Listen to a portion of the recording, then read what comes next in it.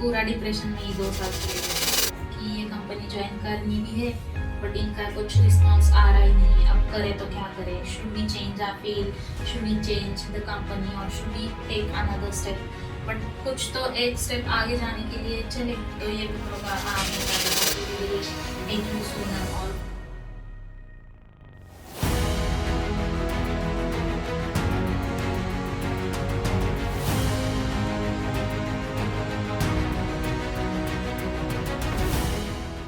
For audience to know कि आपकी placement 2022 में ही हो गई थी जब आपका लास्ट ईयर चल रहा था और उसमें इंटर्न हुई, बहुत सारे एग्जाम्स हुए, फिर जाके 24 में आपकी ज्वाइन है। So it's like 2 years। So like क्या फील होता है इस टाइम में, इतना जब गैप पड़ता है, एक डिस्करेज होता है ज्वाइन करना है, गैप पड़ता जा रहा। बट तो भी एक ये होता है ना कि एमएनसी में जाना है, आईटी सेक्टर में जॉब करना है, इंजीनियरिंग की है तो एक वो होता है। आप अभी प्रोजेक्ट इंजीनियर रोल पे काम कर रहे हो, सो प्रोजेक्ट इंजीनियर रोल क्या होता है? अब जब कॉलेज चूज करते हो तो उनका प्लेसमेंट बहुत इंपॉर्टेंट होता है। उस कॉलेज का प्लेसमेंट कैसा है, ज़्यादा से ज़्यादा कंपनीज आती है या नहीं आती उस कॉलेज में, एक इम्पॉर्टेंट पार्ट देखना होता है। एट अ टाइम वो ग्रुप डिस्कशन ऐसा था कि एट अ टाइम 20-25 स्टूडेंट्स थे ग्रुप डिस्कशन। ऑफलाइन? मतलब उस टाइम पे तो ये था तो ऑनलाइन ही था, वो सारा ऑफलाइन नहीं हुआ था इंजीनियरिंग के थ्रू। तो वो गवर्नमेंट एग्जाम है, एमपीएससी यूपीएससी तो एक हाई लेवल का है, तो उसके नीचे का है कि जो एवरेज बच्चे भी कर सकते हैं। तो वो सीजीएल करके एक एग्जाम होता है, वहाँ पे भी बहुत सारा स्कोप है कि हम कर सकते हैं, कि इंजीनियरिंग स्टूडेंट्स के लिए वो एक अच्छा है। मैंने सुना है कि विप्रो में हाइक्स वगैरह अच्छी दी जाती है। तो आई विल सजेस्ट कि if you go in any MNC में, take your time but take a technical project, कि जिससे आपको एक्सप्लोर भी करना पड़ेगा और बाद में आपको स्विच करने के टाइम वो यूजफुल है।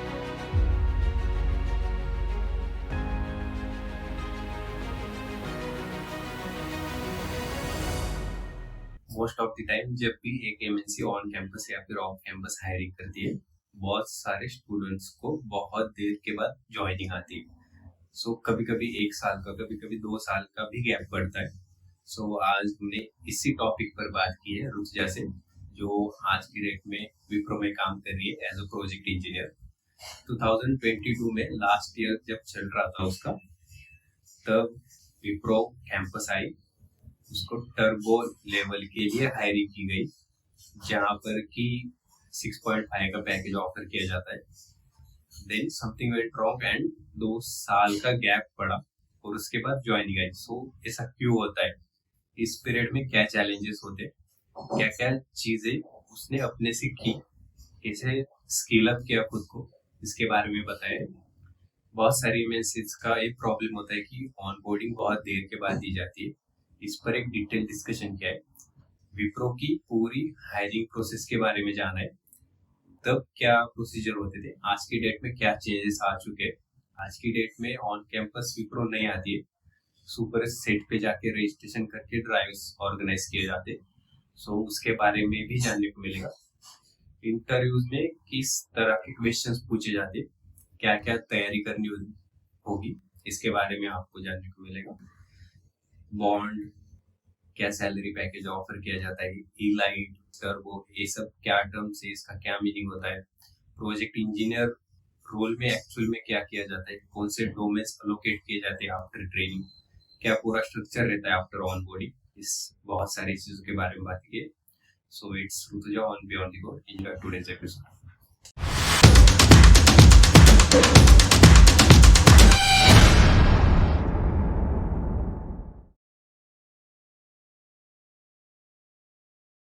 So welcome Rutuja on Beyond the Code podcast. Thank you. So let's just start with your brief introduction. उसके बाद बहुत सारी बातें करेंगे। Myself Rutuja Moik. I have completed my schooling from Angel High School and I have completed my graduation from JSPM College Handewadi, and recently I have been working in Wipro as a project engineer. Okay, so आपने विप्रो को 2024 में as a project engineer join किया। So before starting थोड़ा सा विप्रो के बारे में बात करते हैं। लाइक आप अभी प्रोजेक्ट इंजीनियर रोल पे काम कर रहे हो, सो प्रोजेक्ट इंजीनियर रोल क्या होता है? एक्चुअली प्रोजेक्ट इंजीनियर एक रोल है विप्रो में। When you join Wipro first time for the first time, फिर उसमें आपको डेजिग्नेशन दिए जाते हैं as a developer role, testing role and other. So मेरा अभी डेवलपर L1 रोल है वहाँ पे। मैं SQL पे काम करती हूँ। मेरा वहाँ पे टूल जो मैं यूज़ करती हूँ वो इन्फॉर्मेटिका है और SQL मैनेजमेंट है। ओके, सो इट्स लाइक जो भी ग्रेजुएट्स आएंगे उनको एक डिजिग्नेशन या फिर पोजीशन ऑफर की जाती है जिसको प्रोजेक्ट इंजीनियर कहते हैं विप्रो में। हाँ, बहुत सारी कंपनीज में गेट कहा जाता है, ट्रेनी कहा जाता है, इस हाँ, तरह से। उस तरह से same okay, so let's just get back to your whole educational journey कि आपने कहाँ से पढ़ाई की, इंजीनियरिंग का डिसीजन कैसे आया, उस पर बात करते हैं। एक्चुअली 12th के बाद एक कंफ्यूजन था कि MBBS करे या ये करे, इंजीनियरिंग करे। बट ओवरऑल बाकी का सारा एक्सपीरियंस देखने के बाद, बाकी सब लोगों की एडवाइस लेने के बाद एक लैंड अप हुआ डिसीजन कि अब इंजीनियरिंग करते हैं। फिर इंजीनियरिंग में फर्स्ट ईयर सेकेंड ईयर हुआ, फिर वो तो कोरोना स्टार्ट हो गया। उसके बाद 1.5 ईयर तो उसमें ही गया। फिर लास्ट ईयर तो हमारा ऑफलाइन एग्ज़ाम हुआ था, तो वहाँ पे एक कन्फ्यूजन था कि अब ये तो क्लासेस तो ऑनलाइन हुए, एग्ज़ाम ऑफलाइन देने। तो वो एक बड़ा कन्फ्यूजन था कि कैसे लैंड अप करेंगे सारे एग्ज़ाम्स वगैरह, कैसे प्रैक्टिकल्स हैंडल करेंगे। बट एक टाइम के बाद लास्ट ईयर में पूरा वो 3 इयर्स का एक्सपीरियंस होता है कि हाँ हम कर सकते हैं, ये इंजीनियरिंग ही है। तो लाइकवाइज लास्ट ईयर का एग्ज़ाम ऑफलाइन हुआ, अच्छे से हुआ। फिर रिजल्ट आने के बाद डिसाइड हुआ कि अब जॉब करना है। एक्चुअली प्लेसमेंट तो हुआ था कॉल कैंपस प्लेसमेंट से, बट तो भी उनका मेरा ये आया नहीं था, ज्वाइनिंग लेटर आया नहीं था। इसलिए उसमें बहुत सारा टाइम गया कि अब कौन सा डिसीजन ले, बाहर से जॉब ढूंढे या कैंपस प्लेसमेंट के भरोसे बैठे, वो एक कन्फ्यूजन था। बट 2 इयर्स के बाद लिटरली मतलब विप्रो का ज्वाइनिंग आ ही गया। ओके, सो इस डिले पर भी बात करेंगे बिकॉज इट हाँ। Happens with the MNCs. हाँ, सो वो होता ही है। ओके, सो उससे पहले ना उस टाइम पर भी 1 कंपनी का एक रूल होता था कि आप अगर एक कंपनी में प्लेस हो गए, you are out of placement drive. Okay, so आपने एडमिशन कब लिया था? 2018 आई गेस। सो उस और 2022 pass out. Okay, so I want to ask कि आज की डेट में जितनी हाइप है कंप्यूटर साइंस इंजीनियरिंग की, क्या उस टाइम पर भी थी इंजीनियरिंग के लिए? एक्चुअली उतनी नहीं थी। ओके, अब ये क्रेज हुआ है बहुत ज़्यादा, उस टाइम पे इतना नहीं था। बट तो भी एक ये होता है ना कि MNC में जाना है, IT सेक्टर में जॉब करना है, इंजीनियरिंग की है, तो एक वो होता है। Yes. So at that time आपने कैसे प्रिपेयर किया था? लाइक कंपनीज ऑन कैंपस आ रही होंगी, उसके लिए राउंड्स होते होंगे, एक विप्रो की भी पूरी प्रोसीजर डिस्कस करेंगे, बट खुद से क्या क्या प्रिपरेशन करते थे? एक्चुअली मेरे बहुत सारे दोस्तों ने इंजीनियरिंग की है और मेरे कजन्स भी हैं, उन्होंने भी इंजीनियरिंग की है। तो मैं उनसे एडवाइस लेती थी कि प्लेसमेंट ड्राइव्स होते हैं तो आप कैसे प्रिपेयर करते हो वगैरह। तो उन्होंने मुझे बहुत सारे वेबसाइट्स वगैरह बताए थे कि इस पे पहले तो एप्टी से स्टार्ट करो, कौन सा भी करना है कैंपस हायरिंग, और बाहर से भी करना है तो स्टार्ट एप्टी से ही करो। आपका वो स्ट्रांग होगा तो आप आगे लेवल क्रॉस कर सकते हो। एप्टी नहीं इतना ज़्यादा, तो एप्टी में नॉर्मल अपना मैथ्स ही रहता है, रीजनिंग वगैरह, इंग्लिश वगैरह प्रॉपर थोड़ा होना चाहिए। कम्युनिकेशन स्किल्स अच्छा हो तो ये इंग्लिश ईजी जाता है। तो वो करने के बाद एप्टी के बाद ग्रुप डिस्कशन राउंड होता है। मतलब बहुत सारे कंपनी में होता ही है कंपलसरी ग्रुप डिस्कशन राउंड, उसमें भी you have should have good communication skill. उसलिए तो ज़्यादा से ज़्यादा न्यूज़पेपर रीड करना, नहीं तो इंग्लिश मूवीज़ या सीरीज देखना, उससे कम्युनिकेशन अच्छा। Even if you use in day to day life में तो भी इंग्लिश अच्छा हो जाता है ऐसा। फिर बाद में टेक्निकल राउंड के लिए तो जनरल नॉलेज होना ही चाहिए कि आपने 4 इयर्स इंजीनियरिंग में क्या किया है, एक बेसिक नॉलेज होना ही चाहिए, कंसेप्ट्स क्लियर होने चाहिए सारे आपके। फिर वो टेक्निकल राउंड हो जाता है।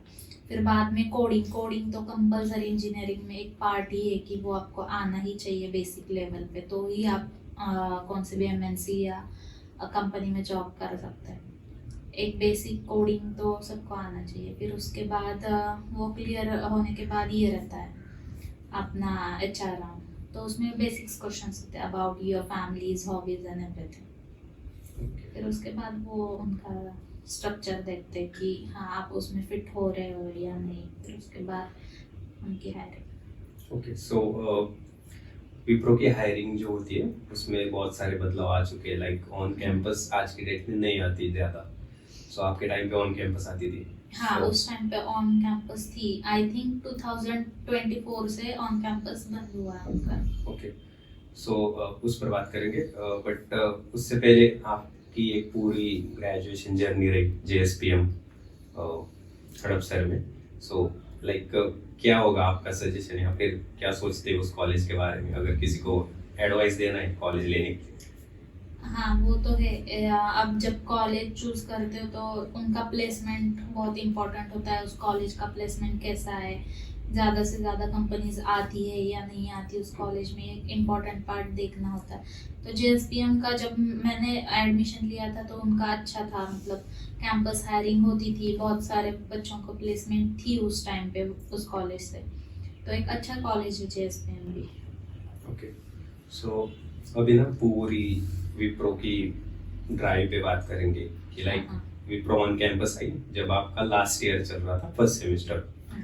सो क्या क्राइटेरिया था, क्या क्या पूरे राउंड्स हुए, वो थोड़े से एक्सप्लेन कीजिए डिटेल में, सो दैट कि स्टूडेंट्स को पता चले कि क्या क्या राउंड्स होते हैं। एक्चुअली विप्रो की कंपनी जी थी, उनकी हायरिंग थी। तो मेरा 4th ईयर का फर्स्ट सेमेस्टर स्टार्ट हुआ था तब वो कंपनी ऑन कैंपस हायरिंग के लिए आई थी। तो उन्होंने एक्चुअली फर्स्ट उनका क्राइटेरिया था कि फिल द फॉर्म्स, आपका 60% प्लस क्राइटेरिया है या नहीं पूरे इंजीनियरिंग का, मतलब आपका CGPA या SGPA होता है वो। फिर उसके बाद जिनका वो क्राइटेरिया फिट हो रहा है फिर उनको एक लिंक आती थी टेस्ट के लिए।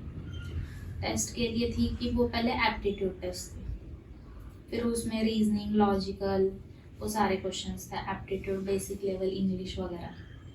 फिर उसके बाद उनका सेकेंड राउंड था। अब फिर जिन्होंने एप्टीट्यूड क्लियर किए उन्हें ही सेकेंड राउंड की लिंक आती थी। तो सेकेंड राउंड में एक्चुअली उनका था group discussion. At a time वो ग्रुप डिस्कशन ऐसा था कि एट अ टाइम 20-25 स्टूडेंट्स थे ग्रुप डिस्कशन। ऑफलाइन? अब मतलब उस टाइम पे तो ये था तो ऑनलाइन ही था वो सारा, ऑफलाइन नहीं हुआ था। तो ऑनलाइन सारा चल रहा था वो। तो 20-25 स्टूडेंट्स एट अ टाइम, और बहुत मेस भी क्रिएट हुआ था उस टाइम। सब ऑनलाइन थे और एट अ टाइम सभी बात कर रहे थे, तो वो थोड़ा सा कंफ्यूजन हो रहा था कि बाबा हमें चांस मिले नहीं। बट ऐसे टाइम पे हमें पहले इनिशिएट करना चाहिए so that we can grow up there and show our skills कि हाँ we are the first to show our skills. तभी वो अच्छा ग्रुप डिस्कशन राउंड हो सकता है। फिर उसके बाद उनका टेक्निकल राउंड था। तो टेक्निकल राउंड में तो ऐसा था कि 4 कोडिंग क्वेश्चंस थे। 4 कोडिंग क्वेश्चंस थे, जो सारे के सारे 4 कोडिंग क्वेश्चंस करे तो उन्हें टर्बो का पैकेज मिलता था। तो वो पैकेज 6.5 था, और जिन्होंने 2 कोड किए या 3 कोड किए उन्हें इलाइट का पैकेज मिलता था, तो वो 3.5 का था। और एक कोडिंग वाला तो आउट ही हो जाता था उस राउंड से। तो वहाँ पे जिन्होंने 4 कोड कर लिए उन्हें 6.5 का पैकेज मिला टर्बो का, जिन्होंने 2-3 किए उन्हें इलाइट के मिला। उसके बाद उनका वो राउंड क्लियर होने के बाद उनका ये राउंड था HR राउंड। तो HR राउंड में तो यही था सारा, मतलब आपके हॉबीज, आपके फैमिली, आप विप्रो ज्वाइन कर रहे हो, how much you are expecting, why you are joining Wipro and all वो बेसिक्स क्वेश्चंस थे उनके सारे। तो उसके बाद ये सारे राउंड होने के बाद वो डिस्कस करते हैं, फिर बाद में बताते हैं कि हाँ ये एक क्राइटेरिया है। तो आफ्टर इंटरव्यूज कितने दिन में रिजल्ट एंड एक कंफर्मेशन मेल आ जाता है कि like you are selected? Actually दो महीने के बाद मेरा रिजल्ट आया था कि you are selected and you are finally going up in Wipro. But उसके बाद भी उन्होंने बहुत टाइम लिया कि आपका इंटर्नशिप होगा वगैरह। फिर उसके बाद मैंने 3 महीने का इंटर्नशिप किया। मतलब उनका ये था कि आपका इंजीनियरिंग कंप्लीट होना चाहिए तभी हम आपको विप्रो में ले सकते हैं। मेरा तो फर्स्ट सेमेस्टर में ही ज्वाइनिंग हुआ था, फर्स्ट सेमेस्टर में मैं सिलेक्ट हुई थी, बट पूरा इंजीनियरिंग कंप्लीट होने तक मैंने वेट किया। फिर इंजीनियरिंग कंप्लीट होने के बाद उनका ये था कि आप इंटर्नशिप करो विप्रो में। तो इंजीनियरिंग कंप्लीट होने के बाद मैंने 3 महीने का इंटर्नशिप किया उन्होंने, वो मेरा डेटा एनालिटिक्स में ये हुआ था, इंटर्नशिप हुआ था। फिर इंटर्नशिप होने के बाद उसके बाद फिर 3 महीने उन्होंने रुका के रखा कि अभी तो मास हायरिंग है, बहुत सारे हो गए, रुको, वेट एंड ऑल। फिर उसके बाद उनका एक पीआरपी था, पीआरपी में उन्होंने फिर से एक टेस्ट ले लिया कि हाँ आपका ये कोडिंग राउंड हमें चेक करना है वगैरह। फिर पीआरपी में फिर से कोडिंग राउंड हो गया। फिर उसके बाद और 3 महीने उन्होंने रुका के रखा कि wait, we will hire you soon and all. तो ये सारे प्रोसेस में 1.5 ईयर चला ही गया। एक्चुअली उन्होंने बहुत ही टाइम तक वेट करा, और सारे एमएनसी का ये होता ही है, मतलब दे टेक देयर टाइम कि नहीं अभी इतना नहीं। फिर उसमें हमारा कंफ्यूजन हो जाता है, हम इसके भरोसे बैठे या दूसरी कंपनी ट्राई करें, इसमें ज़्यादा टाइम चला जाता है। ओके, सो इस ऑनबोर्डिंग डिले पर एक डिटेल भी बात करेंगे, because it's the first time कि जिन्होंने रियल एक्सपीरियंस किया है उनसे बात करने वाले डिले के बारे में। सो उससे पहले ना, आई गेस जब भी प्री स्क्रीनिंग राउंड होता है कंपनी का, उसमें एक टाइमलाइन बताई जाती है कि लाइक कब तक आपका रिजल्ट आएगा, कब तक ऑनबोर्डिंग होगी, जो कि फॉलो नहीं की गई होगी विप्रो के साइड से। सो कंफ्यूजन स्टार्ट हो जाता है कि ऑनबोर्डिंग करेंगे या नहीं। सो ये जो पूरी ड्राइव हुई सिलेक्शन तक की, ये ऑनलाइन हुई थी? हाँ, ऑनलाइन।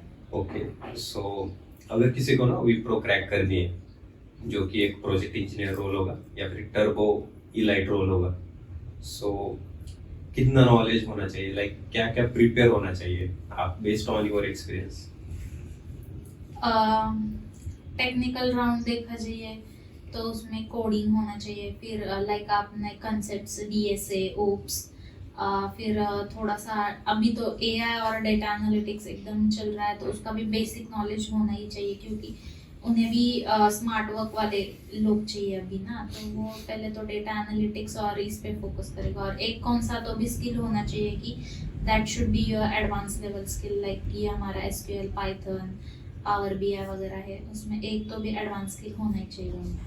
ओके, सो अब इस डिले पर बात करेंगे कि फॉर ऑडियंस टू नो कि आपकी प्लेसमेंट 2022 में ही हो गई थी जब आपका लास्ट ईयर चल रहा था। हाँ। और उसमें इंटर्न हुई, बहुत सारे एग्जाम्स हुए, फिर जाके 24 में आपकी ज्वाइन है। हाँ। So it's like 2 years। 2 years का। सो लाइक क्या फील होता है इस टाइम में, इतना जब गैप पड़ता है? एक डिस्पिरेशन होता है कि ज्वाइन करना है, गैप बढ़ता जा रहा है।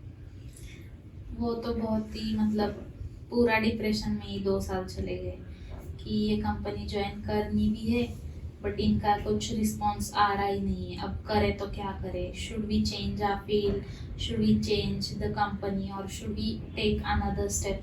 बट कुछ तो एक स्टेप आगे जाने के लिए चले, तो ये विप्रो का मेल आता था कि we will take you soon and all. फिर उसमें बहुत ही टाइम गया, कंफ्यूजन हुआ बहुत सारा, बहुत ही वेट करना पड़ा, बट एट लास्ट उन्होंने ये कर दिया कि हाँ विप्रो हायर करती है, जिन्हें ऑफर लेटर मिला है उन्हें हायर करती ही है विप्रो। फिर बट उनके प्रोसेस होते हैं बहुत सारे, like your background verification process, backlog वगैरह हो तो फिर वो रिमूव कर देते हैं। फिर बाद में उनका ट्रेनिंग होती है अलग से, फिर ट्रेनिंग के बाद असेसमेंट होती है, वो असेसमेंट भी आप 70% स्कोर हुआ तो ठीक है, नहीं तो फिर से वो फिल्टर करते हैं स्टूडेंट्स को, फिर उसके बाद फाइनली ऑनबोर्डिंग करते हैं। तो वो उनका लॉन्ग वाला प्रोसेस है, मतलब पहले तो आप कैंपस प्लेसमेंट से वो पूरा प्रोसेस होता है, टेक्निकल राउंड, एचआर राउंड, वो होने के बाद भी ये सारी प्रोसेस होती है उनकी। Okay, compulsory. So on personal level जो भी आपकी थिंकिंग होगी, क्या लगता है कि लाइक व्हाट वेंट रॉन्ग, कि इतना डिले क्यों हो जाता है? हाँ, एक्चुअली तो उस टाइम पे कोरोना का ये था, तो उन्होंने एक्चुअली उसके बाद हायरिंग की, but I don't know, company might have think कि बाबा अभी ये तो वो वाले लोग हैं कि इनका सारा ऑनलाइन ही स्टडीज हुआ है, इन्हें लेना भी चाहिए या नहीं लेना चाहिए, बट उनकी पॉलिसी है कि जिसको ऑफर लेटर दिया है उनको वो हायर करना ही है। इसलिए उन्होंने वो फिल्टर करके करके सारे स्टूडेंट्स एट लास्ट, उनको कम चाहिए थे इसलिए उन्होंने ये सारी प्रोसेस का टाइम लगाया और उन्होंने लिया वो शायद। सो आई गेस जब भी इतना डिले हो जाता है ना ज्वाइनिंग में, तो एक्साइटमेंट खत्म हो जाती है खत्म हो ज्वाइन जाती है, करने एक की। होप भी लूज हो जाता है कि नहीं अब ये एमएनसी के भरोसे बैठना ही नहीं चाहिए, ऐसा होता है। लाइक ट्रस्ट कम हो जाता है हाँ, जिस होता कंपनी में आप काम कर रहे हो शुरुआत में। होता है। सो टॉकिंग अबाउट वो जो 2 साल थे, उसमें आपने क्या क्या ट्राई किया? और कि लाइक आपने जैसे बताया कि एक गवर्नमेंट एग्जाम दे सकते हैं क्या, या फिर कुछ और कंपनी ट्राई कर सकते हैं। सो आपने खुद से क्या क्या ट्राई किया उस पीरियड में? उस टाइम पे तो मैंने एक दो कंपनी भी ये सोचा था कि इंटरव्यू दे सकती हूँ मैं। फिर उसके बाद फिर से मैंने कंपनीज का थोड़ा सा क्राइटेरिया देखा, स्टडी किया उसके बारे में, और मैंने वहाँ पे भी जाके इंटरव्यू दिया। फिर बाद में क्लासेस किए मैंने जावास्क्रिप्ट पे, ऐप डेवलपमेंट में मैंने क्लासेस किए थे वहाँ पे भी।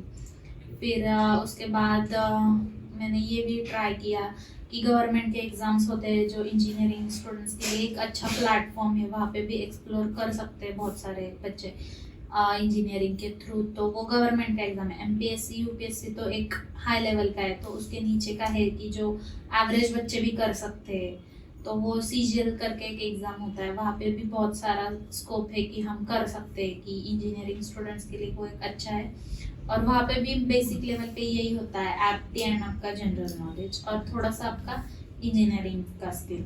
तो वो भी एक अच्छी एग्जाम में दे सकते हैं स्टूडेंट्स, मैंने वो भी एक्सप्लोर किया। Okay. So after selection at Wipro, थोड़ा सा ना उस पर बात करेंगे कि लाइक जब आपका सिलेक्शन हुआ, आपकी एक इंटर्नशिप हुई जो कि ऑनलाइन थी। सो क्या स्ट्रक्चर था उसका? एक्चुअली इंटर्नशिप में तो यही था कि उनका जो बेसिक प्रोग्राम रहता है विप्रो में, मतलब how they start a project, वहाँ पे प्रोजेक्ट पे कैसे काम किया जाता है, क्या सिखाया जाता है हमें एज अ इंटर्न और as a new join in a Wipro, क्या सिखाया जाता है, वो सारा बेसिक लेवल पे उन्होंने एक नॉलेज दिया था कि you have your teams outlook. फिर उसके बाद आपको एक मैनेजर अलोकेट किया जाता है, टीम लीड होता है, उसके अंडर आपको ये पूरा वो विप्रो में एक प्रोजेक्ट में जाने के बाद क्या होता है वो स्ट्रक्चर दिया था उन्होंने। और वहाँ पे एक बेसिक लेवल पे सिखाने के बाद एक प्रोजेक्ट करने के लिए कहा था ग्रुप। ओके। सो ये 3 महीने की इंटर्नशिप चली, उसके बाद एक एग्जाम भी हुई जैसे आपने कहा, मतलब चलती रही वो सीरीज ऑफ एग्जाम्स चलता रहा, फिर जाके 24 में joining I. So after onboarding बात करेंगे कि लाइक क्या प्रोसेस होता है विप्रो का, कैसे न्यू ज्वाइनर्स को ट्रेनिंग प्रोवाइड करते हैं जब उनका एक्चुअल ज्वाइनिंग हो जाता है। फिर बाद में उनका एक्चुअल ज्वाइनिंग आया, ज्वाइनिंग आने के बाद भी उन्होंने तो कंपनी में बुलाया नहीं था, ऑनलाइन ही ट्रेनिंग दिया था। एक एसक्यूएल करके, मेरा तो डोमेन एसक्यूएल था, तो मुझे एसक्यूएल का ट्रेनिंग दिया। डोमेन उनकी ओर से उनकी आता है। ओर से ही आता है, वो हम नहीं चूज कर सकते, वो देंगे वो ही लेना पड़ता। तो 3 महीने फिर एसक्यूएल पर ट्रेनिंग हुई from basic to advance level. फिर उसके बाद भी हर एक महीने के बाद उनकी एग्ज़ाम रहती थी।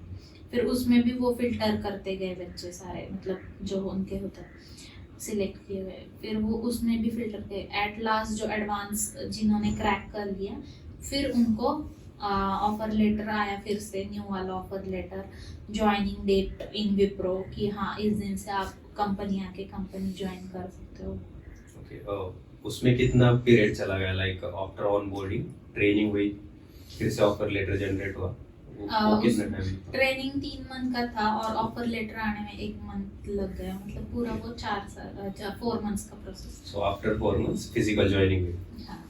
सो आप जब भी उस जर्नी को देखोगे पूरी जो भी प्रो की रही है आज तक, सो लाइक क्या ऐसी एडवाइसेस होगी स्टूडेंट्स के लिए जो कि एमएनसी की ज्वाइनिंग की वेट करते हैं, लाइक क्या लेसन्स होंगे कि अगर मुझे कहना हो तो लाइक आप एक कंपनी पर नहीं बैठ सकते अगर इतना डिले हो रहा है, सो ऐसे क्या टिप्स होगी?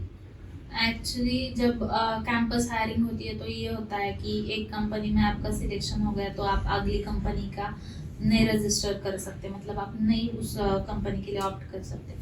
बट बाहर से हमें, हमारे पास स्किल है, हमारे पास अच्छा कोडिंग नॉलेज है तो हम बाहर से भी ट्राई कर सकते हैं दूसरी कंपनी के लिए।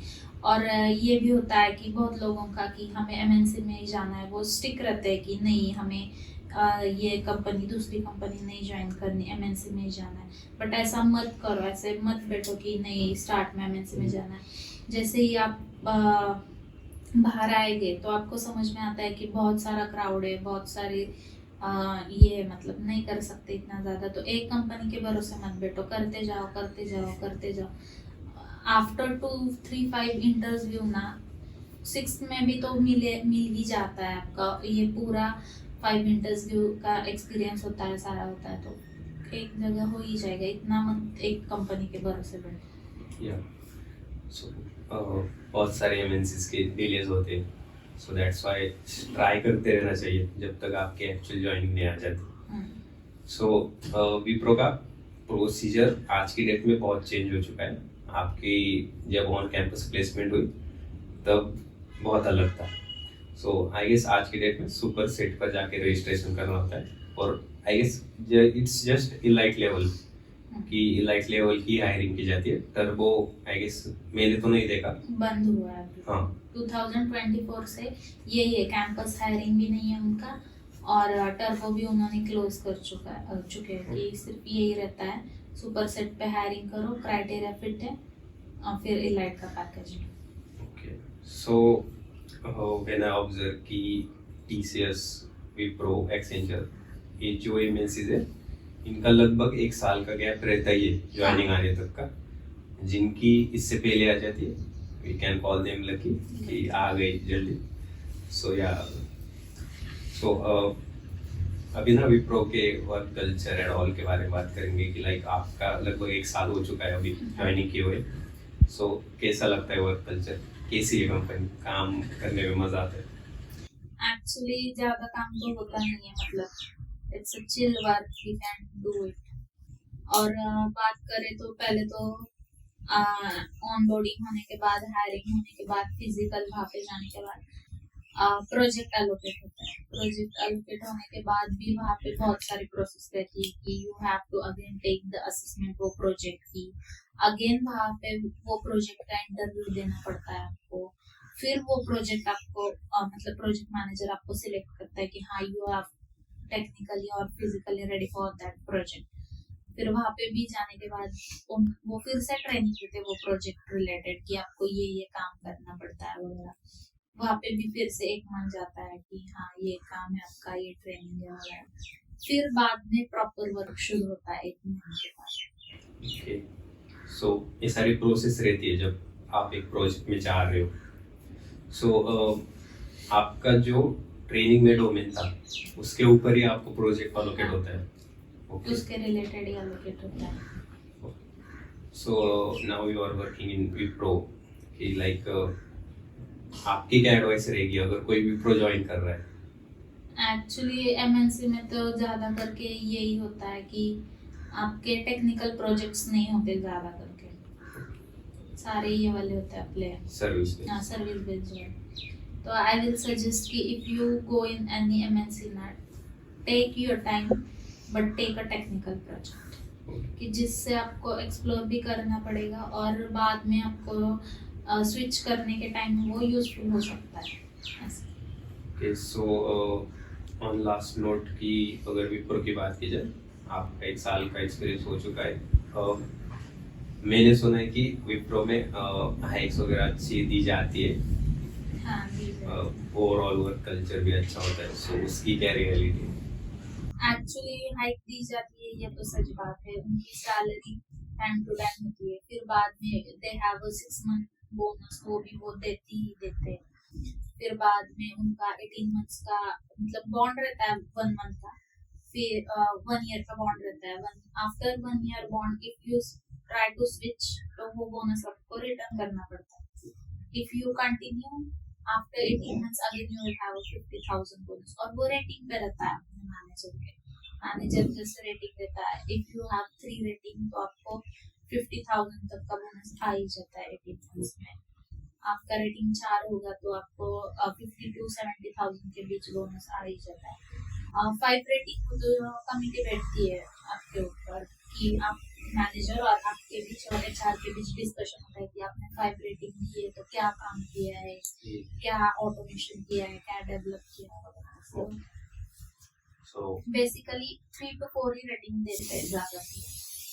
I guess अगर किसको भी प्रो में आना है इसको बहुत सारा नॉलेज मिल जाएगा इस पॉडकास्ट से कि लाइक आफ्टर ऑनबोर्डिंग क्या क्या चीज़ें होती है, डिलेज भी होते हैं, उसके बारे में भी जानना चाहिए because every time a company come on the campus, so in the pre screening उनका एक टाइमलाइन शेड्यूल वो दिखाते हैं कि ऐसा ऐसा होने वाला है, बट नहीं होता, चेंज हो जाता है बहुत सारे plans, so students needs to be must be aware of that situation. So now talking about your career ambitions, कि आपके कुछ करियर एम्बिशंस है कि यहाँ से कहाँ जाना है या फिर किन टेक्नोलॉजीज पर काम करना है? अभी तो मेरा यही है कि अभी एआई चल रहा है और पावर भी है, ये दोनों एक ही। सैप भी एक है but I don't want to go in SAP, it's my personal. तो अभी मेरा चल रहा है कि पावर भी है और एआई का भी है, तो इसमें मैं स्किल अप कर सकती हूँ और स्विच के टाइम भी मुझे ये यूजफुल हो सकता है। और एक तो मेरा है SQL and Python, I am having advance level knowledge in this. तो इससे रिलेटेड तो SQL के रिलेटेड तो मैं पावर BI कर सकती हूँ और पाइथन के रिलेटेड मैं AI में जा सकती हूँ। I have this 2 options to land up. Okay, so बहुत सारे स्टूडेंट्स कहते हैं कि like they are working in MNC, so उनको ना साइड बाय साइड स्टडी करना होता है क्योंकि कंपनी में इतना टेक्निकल नहीं जाते हो ज़्यादा, सो स्विच करने के लिए बहुत सारा स्टडी मटेरियल होता है, बट उसकी क्या reality, like you are also working in MNC?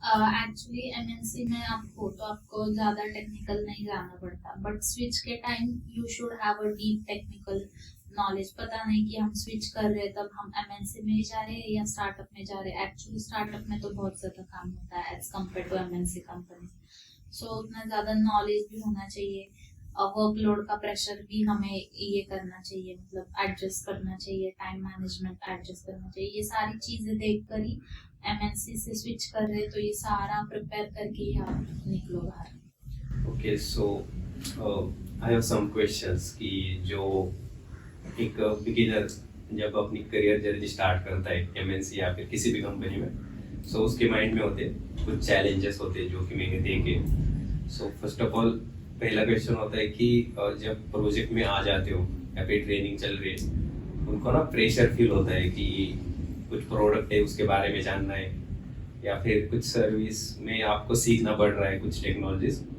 उन पे काम करना है। सो एक टीम एनवायरनमेंट होता है, हेल्प मांगनी पड़ती है, बट उनको बहुत ज़्यादा प्रेशर फील होता है उस सिचुएशन में कि कैसे कोप अप करेंगे और आगे बढ़ेंगे। सो उनके लिए क्या सजेशन रहेगा?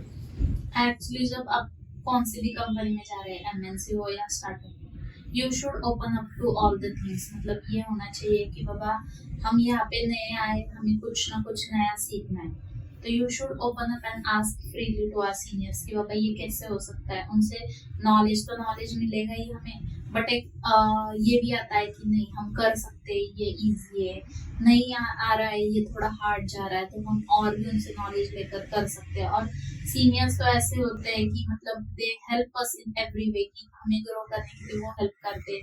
दे गिव अस नॉलेज कि हाँ ये कर रहे हो आप, तो इसके बाद ये करो, ये आपको हेल्पफुल हो जाएगा। आपका डोमेन ये है तो इसमें ज़्यादा ये मतलब टेक्निकल का कुछ है नहीं, तो आप स्विच करो। इंटरनली प्रोजेक्ट्स भी स्विच होते हैं बहुत सारी कंपनी में, तो आप प्रोजेक्ट स्विच करो कि आपको ये नॉलेज नहीं है तो आप ये टूल सीख लो, ये सीख लो। इसमें ये सीनियर हेल्प करते हैं। सिर्फ हमें ये कॉन्फिडेंस होना चाहिए कि हाँ हम सामने वाले के साथ बोल सकते हैं अच्छे से, ये कॉन्फिडेंस होना चाहिए और फ्रीली ओपन अप होके बोलना चाहिए। जितना ज्यादा बोलोगे उतना ज्यादा एक्सप्लोर करोगे। Okay, that was the good answer. Second question was कि MNCs versus startup, आपका क्या सजेशन रहेगा? अभी तो मैं ये कह सकती हूँ कि आपको ये वर्कलोड प्रेशर, टाइम मैनेजमेंट, ये सारी चीज़ें सीखनी है ना, तो पहले आप स्टार्टअप में जाओ। आप ये थिंग्स को यूज टू है तो इजीली आप कौन से भी फील्ड में सर्वाइव हो सकते हो। मतलब फिर आप MNC में जाओ तो भी कोई दिक्कत नहीं, स्टार्टअप में जाओ तो भी दिक्कत नहीं, बट MNC से एक स्टार्टअप में जाओगे तो थोड़ी सी दिक्कत हो जाएगी, क्योंकि एमएनसी इज लाइक जस्ट नहीं का मतलब चिल वन है कि हाँ है काम पर कर सकते हैं। स्टार्टअप में वैसे नहीं होता, उनका डे टू डे और ये चैलेंजेस होते हैं, मतलब टाइम मैनेजमेंट, सारा वर्कलोड सारा हैंडल करना पड़ता है, लाइक आपके ऊपर रिस्पॉन्सिबिलिटीज होती है ज़्यादा होता एट है। The start. Okay, so third question was कि बहुत सारे लोगों को ना लाइक फ्लेक्सिबल रहना पड़ता है, कुछ अलग डोमेन्स भी मिल जाते। लाइक आपके भी केस में था कि आपको चॉइस नहीं थी कि कौन से फील्ड में जाना है या कौन सा डोमेन चूज करना है। सो बहुत सारे लोग ना वहाँ पर भी हेजिटेट करते हैं कि इस टेक्नोलॉजी में नहीं जाना पड़ रहा है। सो उसके ऊपर क्या थॉट रहेगा? हाँ, उसके ऊपर तो यही है कि हाँ एसक्यूएल आपका डोमेन है, फिर आपको ये अच्छा नहीं लग रहा बट इन हैंड आपको ये दिया है कि चलो अब एसक्यूएल का काम ही करना है, तो देयर आर ऑप्शंस कि आप कंपनी एक्सप्लोर कर सकते हैं, आप स्किल्स एक्सप्लोर कर सकते हैं, प्रोजेक्ट एक्सप्लोर करते हैं। आपको नहीं एसक्यूएल अच्छा लग रहा, आपको पाइथन में इंटरेस्ट है, take up a deep knowledge in Python, advance level का सीखो, फिर वहाँ पे भी प्रोजेक्ट्स होते हैं मतलब पाइथन रिलेटेड, फिर वहाँ पे आप अप्रोच करो, आपको मिल जाएगा वो प्रोजेक्ट, ऐसे होता है, ओके, कर सकते हो आप ऐसे। So we are in the last part of this podcast कि बहुत सारे स्टूडेंट्स ना रेफरल की भी डिमांड करते हैं, लाइक पॉडकास्ट देखकर गेस्ट से। So you are eligible to give referrals to the freshers या फिर एक्सपीरियंस? एक्चुअली फ्रेशर्स का तो है ही नहीं विप्रो में, but if you have 3 years experience, 4 year experience, I can have a referral to that people's. Okay, so that people can connect with you on LinkedIn. Yeah. So on the last note, जो भी students होते जो third year में, last year में, जिनकी विप्रो की drive चल रही है या फिर विप्रो में वो जाने वाले हैं, सो स्टूडेंट्स के लिए भी और उनके लिए भी क्या पूरी आपकी जो जर्नी रही है इंजीनियरिंग की, जॉब की जो चल रही है, सो उससे क्या एक सजेशन रहेगा, एडवाइस रहेगी उनके करियर के लिए? एडवाइस तो सबके लिए यही है कि if you are in IT culture, keep growing, keep having your knowledge, keep growing your knowledge, ज़्यादा से ज़्यादा टूल्स सीखो, ज़्यादा से ज़्यादा लैंग्वेजेस सीखो, जितना सीखना मिलता है उतना सीखते जाओ कि it will be useful for your future in all way. Yeah, so that's it for today's podcast. Thank you. Thanks for the coming on the show. Thank you.